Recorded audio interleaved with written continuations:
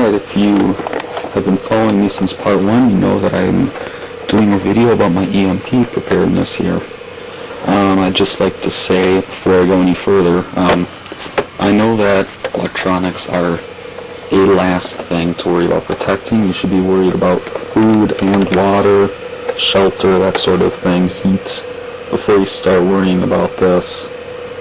But we're pretty well set off for food. We're pretty well set off for water. We live near a river, and our dugout location is also right on a lake in the middle of the wilderness, so there's fish and wildlife there. And plus we have pretty good food stores. We like to buy in bulk at the store to save money, and that helps definitely. So I kind of made it my job here to do electronics. Anyway, so now that I got that out of the way, definitely at least think about food and water before doing stuff like this. Anyway, so starting from the right, I know it seems really silly, but I had a lot of extra space in here, and I figured there was no sense in wasting space. So this is sorry, I'm trying to read through the viewfinder here. T1 Business Analyst. I don't know what the model number is. It's a calculator. That had rechargeable batteries, but the battery was, whoops, the screen falls off. The battery was dead. So what I did is I took that out. I clipped this this white charger off of an old cordless telephone that we had.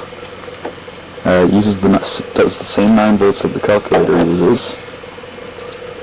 And stacking power, and this works. I've tried it. I've done some of the functions and stuff. It all works. I just believe that this probably has a better chance of surviving than like a modern calculator with the itty-bitty microprocessors. So I feel like this would probably be somewhat important. You know, you can, I don't know, keep track of stocks of food or whatever with that. I'm sure there is something that you could use that for. I just do not want to waste the space. If I come up with something more important than that, that's going out. Alright, right here, this I think would be very useful. This is kind of like the inverter in a way. The only difference is the 400 watt inverter takes the 12 volts DC power and turns it into 120 AC. This thing takes the 12 volts DC power and takes down the voltage, keeping it at DC. So I can either have 12 volts DC just straight through, 9 volts DC, 6 volts DC, or 3 volts DC. Plenty to run things such as I could run my shortwave radio off of this. I can also, I'll get to the solar panel later. So there's that. Here we go, a little portable TV, runs on, I believe, 4 AA batteries. Or I could run it off of my solar panel, probably. Or I could plug it into the DC converter here. And plug the converter into my power pack, which I will try and do a video about one of these days. I have 1 or 2 power packs. Hold on here, I'm trying to get this out. This is frickin' bright.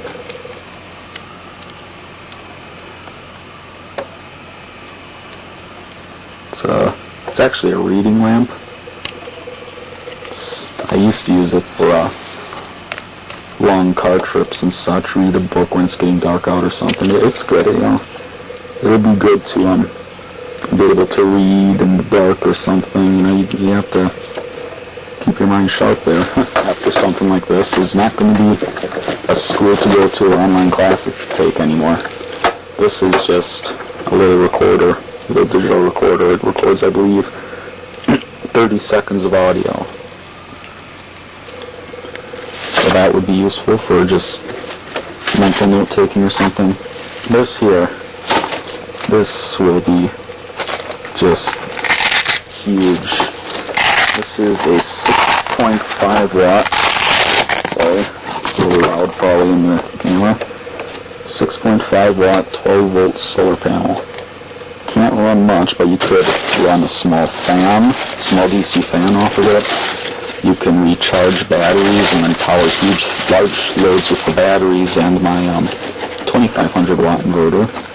Of course, it would take forever to charge a battery with a single amp. Would probably take at least 2 hours to charge this thing. But it's better than nothing. And finally, you may all laugh at me for this, just like the TVs, but portable DVD player. And I will explain this stuff to you. 7-inch screen. The only reason I have this in here, and I don't really use it much, I used to use it all the time, but a couple of years ago the speakers on it broke, so you can't use it without headphones.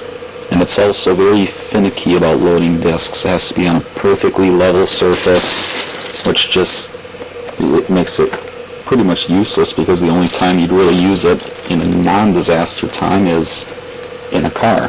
So I don't really use that anymore. I have a different one that works a heck of a lot better than that one.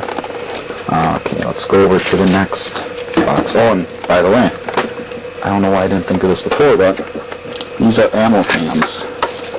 My great-grandpa, he fought in World War II. He passed away back in '08. And I got his old ammo cans here. So I did some sanding inside so I can make a complete connection.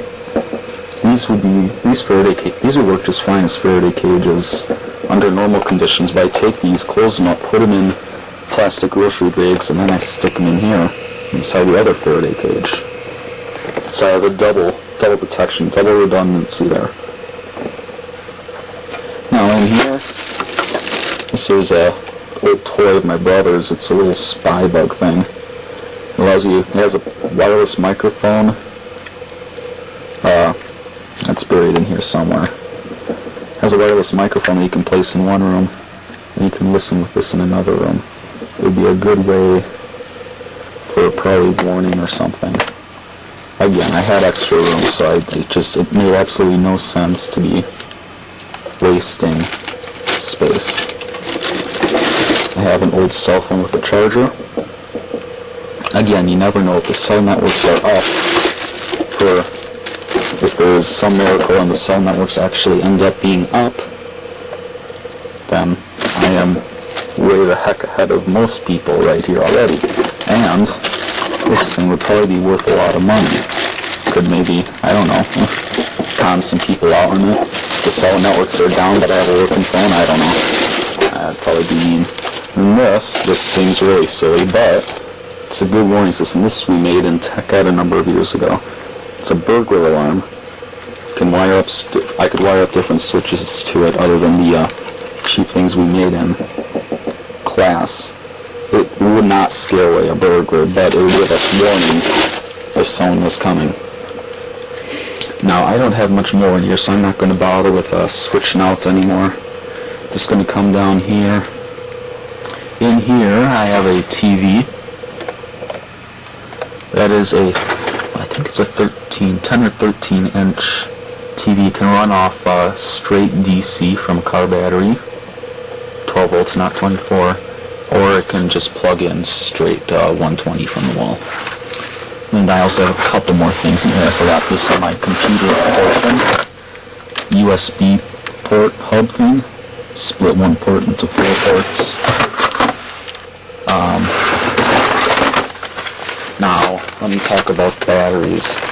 Batteries, I don't believe, are affected, but I've always said better safe than sorry, which is how I got into this stuff in the first place. So, whenever I find some spare batteries lying around the house that are good, pack them up and I stick them in here. And finally, before we get to all the not cell phones, all the phones, I have a few more electronic components buried around in here. Like here, this is just a circuit tester. You plug this into your wall, and then the light codes tell you if the wiring is correct or incorrect. Ouch, light's hot. It's like if I plug it in here, two orange lights. Let me turn off the camera light here. See the two orange lights that are on? If I look at the code, that means that it is correctly wired. So that will be useful for helping to build electrical systems after the event. Alright, on to the phones. I'm not going to go through every single phone, but we recently canceled our landlines, so we have like probably 10 or 15 cordless and corded handheld telephones. And we don't need them anymore. It was just getting too expensive to keep the landlines, so we switched to all cell phones. We can still, if we want, however, call 911 on the landline, but that's about it.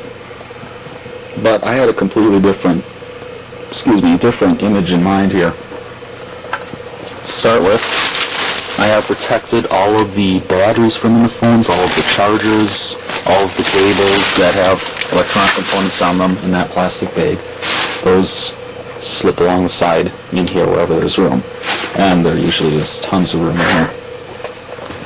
Now there's just a bunch of different kinds of phones. I've got this old kind here. This is just standard, like 90s, 80s telephone, you know. I've got a couple of those. I got lots of cordless phones. This is my family's first cordless phone. What was it? 1999. So it was the old-fashioned radio-like antenna. But anyway, so I also have lots of old telephone cable that you use in your walls. And again, I had spare room in the Faraday cage, so I rounded up probably about 90% of our old phones that I could fit in here. Got all their chargers and plugs and whatnot, and I protect them in here. Now, if need be, I could hook up some car batteries or 9-volt batteries, run these off of the inverter or off of their own separate batteries, and run cable around the neighborhood, and we'd have a communications network. Probably I'd make the hub this 2-line phone. This old 2-line phone. This thing's nice. This was a $60 phone, I believe, when my dad bought it. But we canceled a landline, and I'm not going to get more than $5 or $10 back out of this if we sold it on eBay or a garage sale or something. So he just let me keep it. I have a headset for it in one of the other bags with the other plugs, I believe, being protected. But anyway, so I figured you could just set up a communications network between neighbors or whatnot. None of my neighbors know that I do this. None of my friends know that I do this. My family doesn't even know that I do this. So this will, when this stuff does hit the fan, this will be, I believe, a pleasant surprise to my family. Let's see.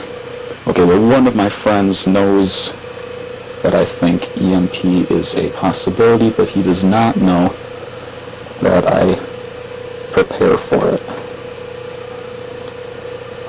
Anyway, the one other thing, I'm going to stick this, I think I said this already, I'm going to stick that laptop in the Faraday cage. I have a few things in here. I have some batteries in that white box, spare computer mouse, CD player.